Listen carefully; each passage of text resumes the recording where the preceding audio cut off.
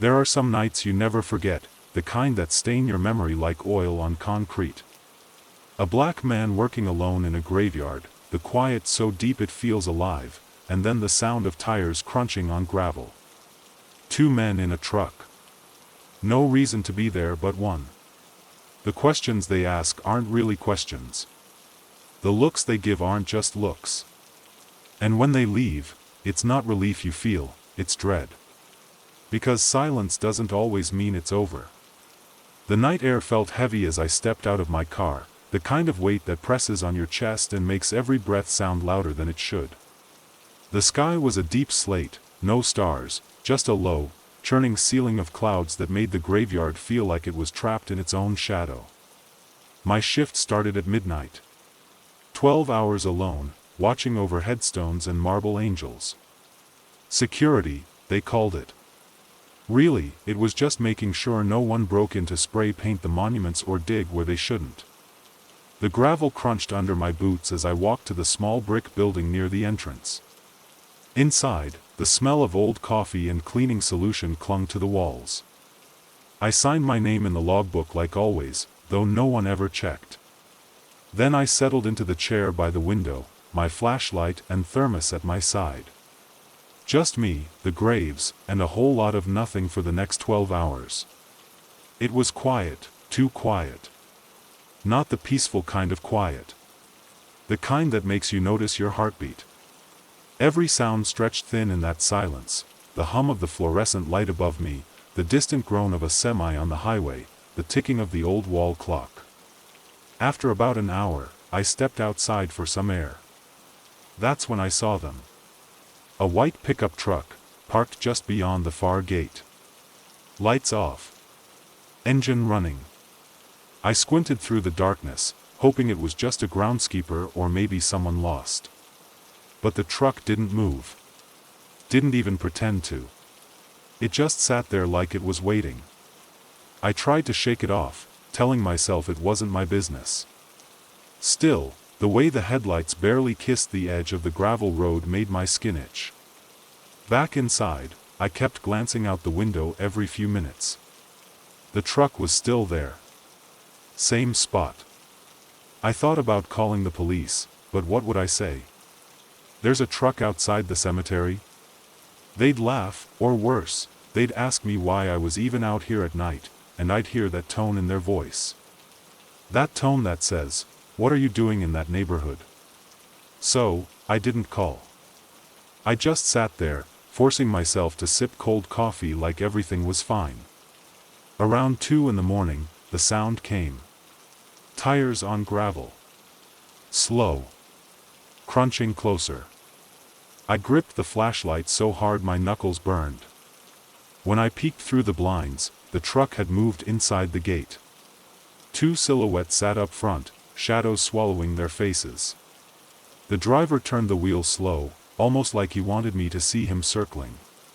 And for the first time that night, I wished for ghosts. Ghosts don't look at you like that. Like you're the problem that needs fixing. The truck stopped near the maintenance shed, maybe 50 yards from the guard shack. Engine idling low, growling in the dark. Then the headlights snapped on, bright enough to bleach the world white for a moment. And I just sat there, blinking in the glare, heart thudding like it was trying to dig its way out of my chest. That's when the first door opened.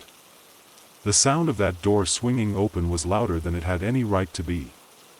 A slow creak, like something old being forced awake. I leaned forward in my chair, every muscle in my body tight. My hand was still clamped around the flashlight, useless against the glare pouring through the window. I could make out a figure stepping into the beams of the headlights. Tall. Broad shoulders. A baseball cap pulled low.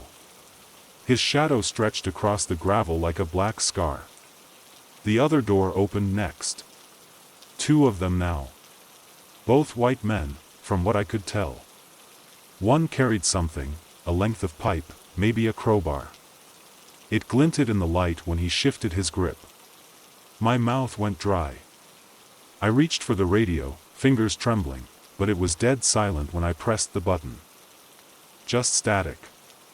That cheap old thing had been acting up for weeks. Nobody fixed it because nobody cared. Who was going to call for me if something happened out here? No one. They didn't walk straight toward the shack. Not at first. They moved slow, casual, like they had all the time in the world. Talking low to each other, voices too faint for me to catch the words, but the tone, God, I knew that tone. Laughing, almost. Like this was fun for them. Like I was some kind of joke. One of them kicked at a headstone on the way by, just to hear it crack. The sound made me flinch.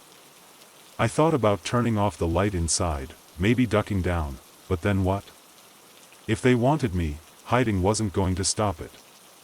My phone was in my pocket, and I pulled it out with shaking hands. No signal. Of course. I held it anyway, like the weight of it might mean something. My breath fogged up the glass as I watched them close the distance. They stopped just outside the halo of light spilling from the shack window. I couldn't see their faces, just the shapes of them against the glow of their truck.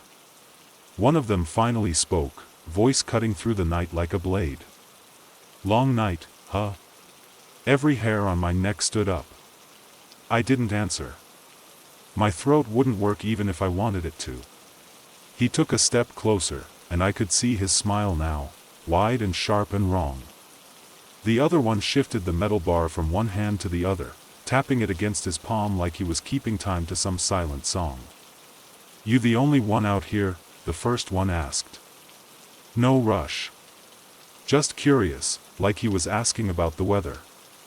I knew better than to answer that, but the silence felt like it was dragging me into a hole I couldn't climb out of. My heart was slamming so hard it hurt. Then the second one laughed. Low, mean. Bet you get real bored. Graveyard shift, right? Ain't much to look at, except all them names out there. Whole lot of folks who don't mind company. He said it like an invitation. Or a promise. Before I could think of anything, any word, any lie, the lights in the shack flickered. Just for a second, but enough to make the room feel smaller. When they steadied again, both men were closer. Right up against the glass now, their breath fogging the window. One of them cupped his hand to the pane and peered in, eyes pale in the glow. You know, he murmured, voice muffled by the glass, sometimes bad things happen out here at night. Nobody around to hear a thing. And then, just like that, they both stepped back. Turned slow. Walked toward their truck like nothing happened. My pulse thundered in my ears as they climbed in, the engine rumbling low. The headlights swung across the graves as they pulled away, washing the world in blinding white one last time. I sat there, frozen, until the dark swallowed everything again. And in that silence, something settled in my chest. A truth I didn't want to hold. They'd be back. Some jobs feel like cages when the sun goes down. For one woman, the quiet of an empty office turns into something colder, footsteps where there should be none, words on a screen that weren't hers, and a stranger in uniform with eyes that say too much. When the lights flicker and the building feels alive, she realizes the scariest thing in the room isn't the storm outside, it's the man standing between her and the exit. The building was too quiet after dark. Daytime at the insurance office was a constant hum, phones ringing, printers spitting paper, voices overlapping like traffic. But after 10 p.m., when it was just me and the glow of fluorescent lights, every sound stretched out like a thread pulled too thin. My heels clicked against the tile as I walked back to my desk, the sound echoing through the empty floor. I hated that echo. It reminded me how alone I really was. I'd taken the night shift because it paid a little extra, and I needed that. Rent doesn't care if you like working past midnight. Bills don't care if the elevators make your stomach knot because you're the only one riding them after hours. The company said it was optional overtime, but for people like me, it never really is. My name's Denise, 34 years old, born and raised in Memphis. I've been at this job for 8 years. Long enough to know I can do it in my sleep. Long enough to know how they look at me when I ask for more. Tonight was supposed to be simple: process claim files, update the database, lock up by 6 a.m. But when the storm rolled in around 11, the air shifted. Heavy. Charged. I watched the rain smear the city lights into streaks of gold and white through the big glass windows. My reflection stared back at me from the glass: brown skin, tired eyes, hair pulled tight to keep them from saying something about professional appearance. They don't say it outright, of course. They never do. It's the little pauses, the glances. Always the glances. I tried to focus on the screen, but then I noticed something. A shadow. Far end of the office, near the hallway that led to the conference rooms. I froze. The overhead lights left no room for tricks. This place was bright as a hospital ward. There shouldn't have been any shadows moving. I stared for a long second, but when I blinked, it was gone. Probably just the storm playing games with my eyes. That's what I told myself. Midnight came. The rain pounded harder, a constant roar against the windows. I got up to make coffee, hoping the warmth would chase away the chill creeping through my skin. That's when I heard it, a door closing. Soft, but sharp enough to cut through the silence. My heart skipped. I looked toward the hallway again. All the office doors were supposed to be locked after hours. Every last one. I called out, trying to keep my voice steady. Hello? Security? Nothing. Just the hum of the vending machine and the storm rattling the glass. I told myself not to panic. Probably the cleaning crew, I thought. Except I already knew the cleaning crew came at 8 hours before I even clocked in. I walked back to my desk, every step heavier than the last. My phone sat next to the keyboard. I picked it up. No signal. Figures. The storm must have knocked something out. That's when I saw the message on my screen. One I didn't type. 3 words in bold letters, right in the middle of the document I'd been working on. You don't belong. My mouth went dry. For a long second, I just stared at those words blinking on the screen, hoping, praying, it was some kind of glitch. Maybe I hit the keys by accident. Maybe, something. But deep down, I knew better. My hands were shaking as I reached for the keyboard and hit backspace. One letter disappeared. Then another. The words vanished like they'd never been there. But my reflection in the black gloss of the monitor looked different now. Wide eyes. Tight jaw. A face trying too hard not to crack. The hallway behind me creaked. I turned so fast my chair rolled back into the desk. Nothing. Just rows of cubicles and the sterile white light stretching into the dark conference wing. But I heard it, another sound. Slow, deliberate footsteps against tile. Not the random creaks of an old building. Someone was here. Who's there? My voice sounded smaller than I wanted it to. The steps stopped. I grabbed my phone again. No bars. Of course. The landline sat on the reception desk across the floor, 100 feet away that felt like 100 miles. I told myself to move, to just walk, but my legs felt nailed to the floor. Then, as if to snap me out of it, I heard a laugh. Low. Ugly. It slid down the hallway like smoke. That's when I saw him. Tall. White. Leaning against the doorframe of the far conference room like he'd been waiting for me all night. His uniform told me everything before he opened his mouth: building security. Except he wasn't supposed to be here. We didn't even have a guard scheduled for nights. Corporate cut that months ago to reduce overhead.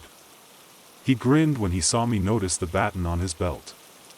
Working late, he said, voice casual, but his eyes stayed locked on me too long. I nodded, barely. My throat felt like glass. Just finishing up. He started walking toward me, slow like the steps were for show. Every instinct I had screamed at me to move, but I couldn't, not with the way he was looking at me. Not like a coworker. Not like a person. Like I was something left in the wrong place. You know, he said, still closing the distance, folks don't usually stay this late. Dangerous, being the only one in the building. I forced a smile that felt like a crack splitting across my face. I'll be out soon. Good, he said, stopping just a few feet away. His smile never touched his eyes. Wouldn't want anything happening to you.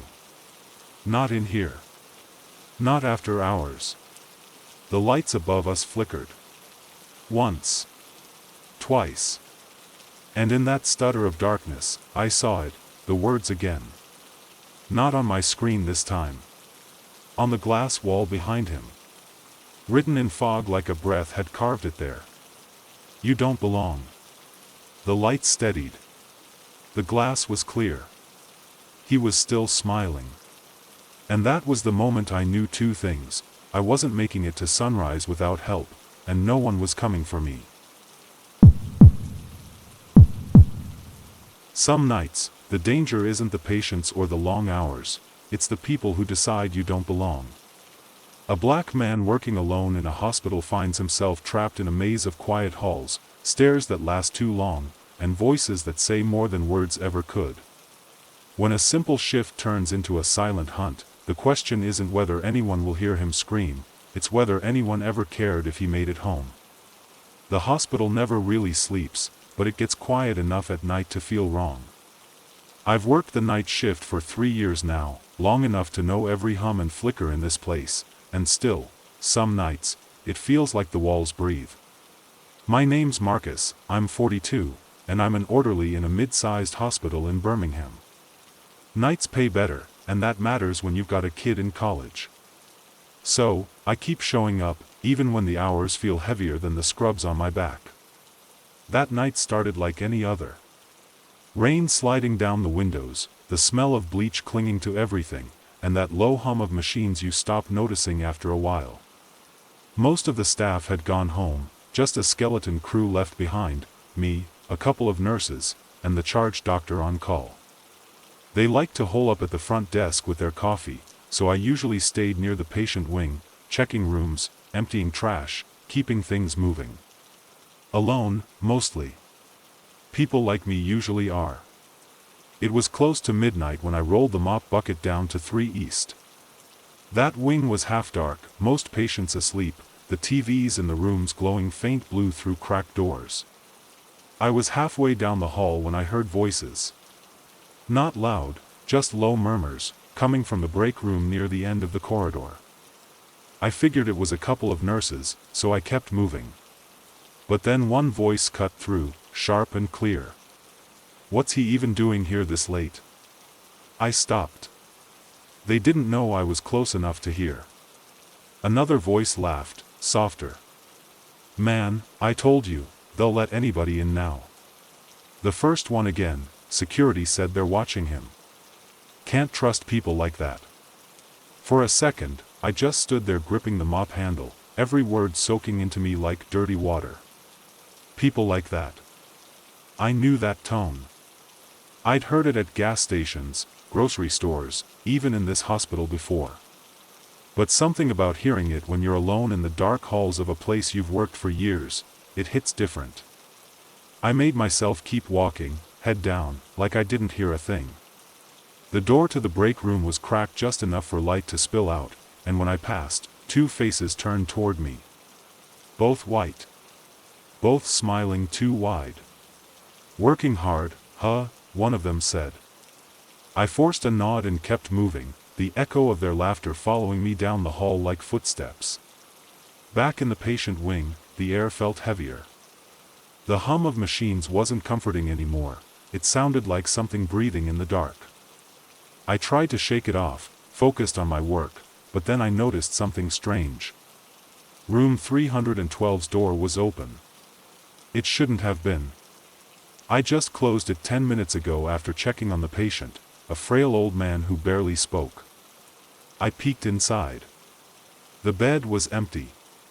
Sheets rumpled like someone left in a hurry. My chest tightened. Patients don't just walk out, not from that room. I stepped inside, scanning the corners, when I saw it on the floor, a visitor's badge. Blank. No name. And then, from the hallway behind me, the sound of shoes on tile. Slow. Coming closer. The footsteps were steady, unhurried, like whoever it was had all night to get to me. I gripped the mop handle without even thinking, the plastic slick in my hand. When I stepped back into the hallway, it was empty. Just that long stretch of white tile under buzzing fluorescent lights, stretching out to the nurse's station at the far end. Hello? My voice felt too loud, like it didn't belong here. No answer. The air smelled sharper now, like antiseptic and something else, something metallic. I glanced at the nurse's station. Still empty. The laughter from earlier was gone. The whole floor felt hollow, like the sound had been sucked out. I started walking, slow at first, then faster. My sneakers squeaked with every step, echoing off the walls. I just needed to find someone, anyone. But as I passed the break room again, I froze. The door was wide open now, lights blazing, and the table inside was covered in empty coffee cups. Chairs pushed back like everyone left in a hurry. Except for one thing in the center of the table, my ID badge. I swear I'd been wearing it 5 minutes ago. My heart started pounding so loud I could feel it in my teeth. I snatched the badge off the table and spun around, and that's when I saw them. 2 men at the far end of the hall, near the elevator. Same faces from before. Security guard standing with them now, arms folded across his chest. They weren't talking. Just staring at me. The taller one started walking my way, slow and deliberate, like he was approaching something dangerous. The other 2 followed. My mouth went dry as sand. What's going on? I managed, voice cracking like a kid's. The security guard's smile was small and mean. Got a report, he said. Someone wandering the halls. Making folks nervous. I work here, I said, my voice breaking against the silence. Been working here for years. He tilted his head, still smiling. That so? Funny thing, none of these badges match you. He held up a lanyard I'd never seen before, dangling it like bait. I took a step back. My hand tightened on the mop handle until my knuckles burned. The hallway suddenly felt too long, the exit too far, the walls pressing in like a vice. Behind them, the elevator doors slid open with a soft chime, spilling out a glow that looked like anything but safety. Come on now, the guard said, voice low, coaxing, like I was an animal in the wrong place. Let's go have a talk. And in that moment, I understood something cold and sharp. It wasn't about a missing badge, or a report, or anything they could write down later. It was about me being here, breathing their air after dark. When the elevator doors started closing, I knew I wasn't going anywhere they wanted to take me. Sometimes the scariest rides aren't about bad roads or late hours, they're about the passengers who smile too wide and ask questions that feel like traps. For one woman, a rainy night behind the wheel turns into something darker when 2 men slide into her back seat with eyes full of intent and words that cut like blades. And when the streets go silent and the cord comes out, the only thing between her and the dark is how fast she can run from it. Driving nights was never the plan, but bills don't care about plans. My name's Tasha, 31, and I started driving Uber 6 months ago when my hours at the clinic got cut. Nights paid more, especially on weekends, but they also carried a weight, the kind that presses in when the streets are empty and every set of headlights feels like a question you don't want answered. That night, the city felt like a black ocean under a wet sky. Rain had been spitting since sunset, leaving the pavement slick and glowing under streetlights. Midnight crawled past as I idled in a gas station lot, sipping cold coffee from a paper cup, watching the mist swirl around the pumps. Another ping came through the app, pick up in a neighborhood I didn't know well. Way out by the industrial strip, near the old warehouses. Surge pricing lit the screen like a green light I couldn't ignore. When I pulled up to the address, there was nothing but a row of metal buildings and a single street lamp buzzing like it was ready to die. My stomach knotted. No houses, no cars, just two men standing on the curb.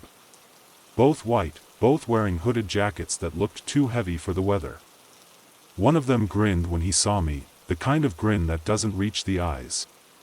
"You Tasha?" he said, yanking the door open before I could answer. The other one slid in behind him, the smell of stale beer riding on his clothes. I forced a smile into the rear view. "Yeah, Tasha. Where we headed tonight?" "West Side," the first one said. His voice was low, steady, like he owned the space around it. The pin on the app showed something different, but I didn't argue. Not yet. The ride started quiet, just the wipers dragging across the windshield and the sound of tires hissing on wet asphalt. But after a few blocks, the questions started. "So, you drive nights a lot?" "Yeah," I said, keeping my tone light. "Pays better." A pause. Then, "Bet it gets lonely out here. All by yourself. No one watching your back." The other one laughed at that. A low chuckle that felt like it crawled across my skin. My eyes flicked to the rear view.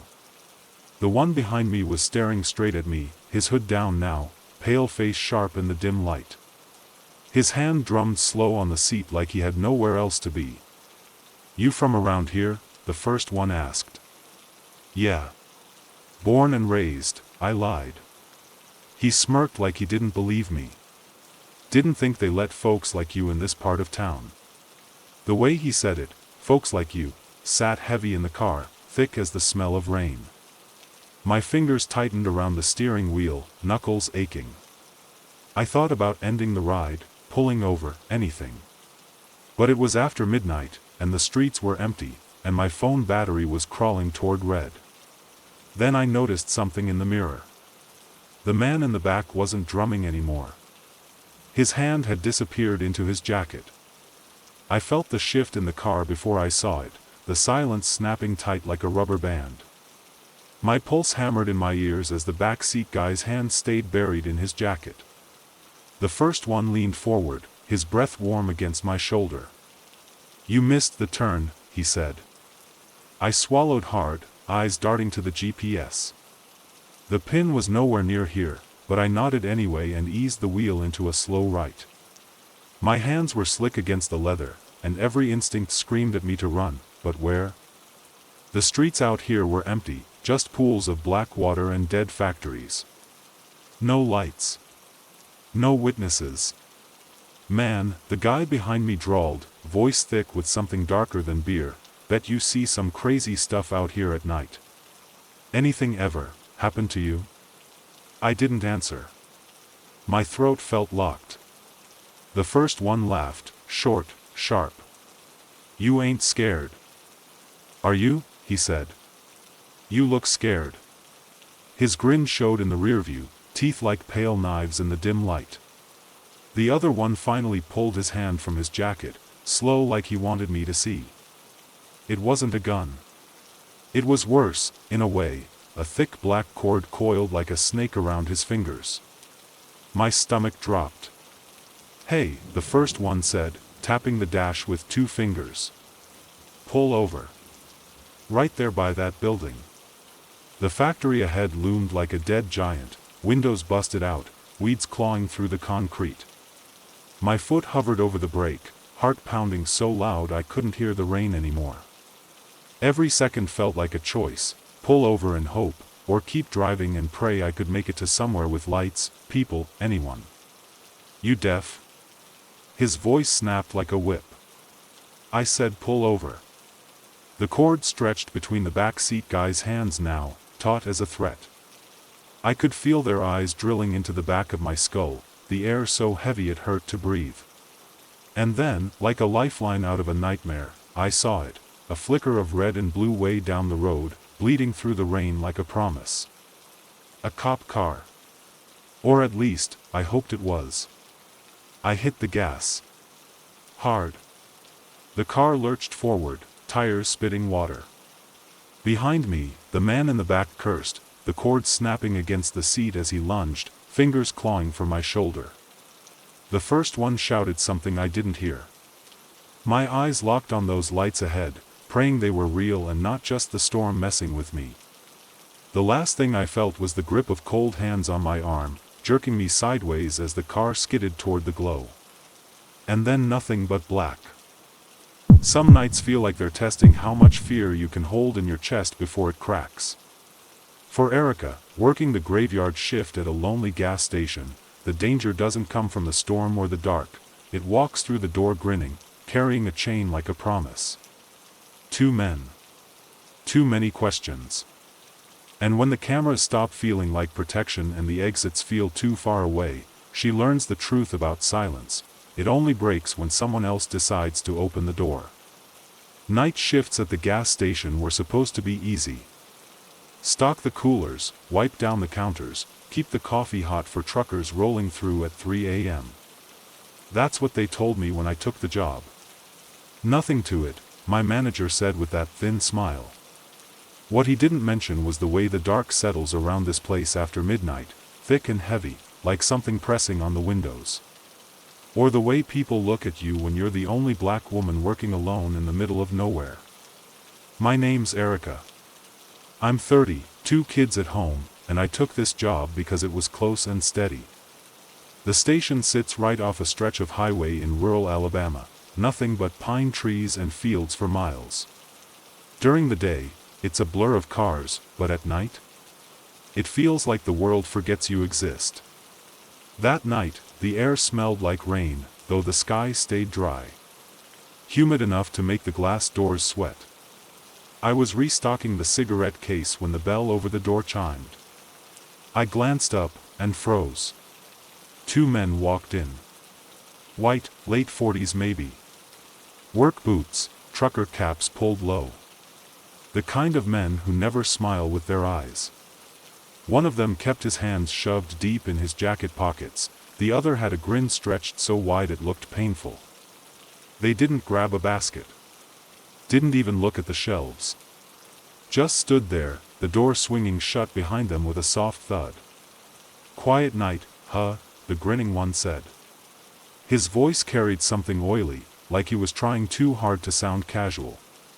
Yeah, I murmured, forcing a tight smile. Just another Tuesday. They didn't answer. They just kept looking around the store like they were counting exits. My stomach nodded. I'd felt this before, the weight of being sized up like you don't belong somewhere, even when you're on the clock, wearing a name tag with Erica printed clear as day. I rang up a pack of gum for a trucker who slipped in behind them, grateful for the distraction. But when the guy left, it was just me and those 2 again. They hadn't moved. Just leaned against the counter now, watching me. You here all night? The other one asked. His tone was flat, but his eyes weren't. Yep, I said, keeping my voice light, even as my chest tightened. He smirked. That safe? I swallowed hard, pretending to check the register. We've got cameras, I said. It came out weaker than I wanted. The grinning one chuckled, low and slow. Cameras don't stop everything. The words hung in the air, heavy as lead. Then he reached into his pocket, slow like a threat. My pulse jumped so hard it hurt. What he pulled out wasn't a wallet. It was a length of chain, coiled in his fist like a snake. The metal links clinked against each other as he let the chain dangle from his fist, that grin stretching wider like he was waiting for me to flinch. My throat locked up, but I forced myself to stay still, my fingers gripping the edge of the counter so hard my nails bit into the laminate. What's that for? I asked, though I already knew the answer wasn't going to matter. He shrugged, casual as a summer breeze. Protection. World's dangerous these days, ain't it? The other man laughed under his breath, leaning an elbow on the counter like we were just talking about the weather. His eyes slid over me slow, like he was taking inventory. Bet it's real dangerous for someone like you out here all alone. The way he said someone like you sent a cold ripple down my spine. I forced a tight smile and glanced at the security monitor above the register, praying the red light was enough to make them think twice. But the grinning one followed my gaze and chuckled. "Cameras don't stop everything," he said again, softer this time. Almost gentle. I could feel the air thickening, pressing against my lungs. My phone sat by the register, but if I reached for it, I knew it would look like fear, and that's what they wanted. So I straightened up, tried to keep my voice steady. "If you're not buying anything, I'll need you to leave."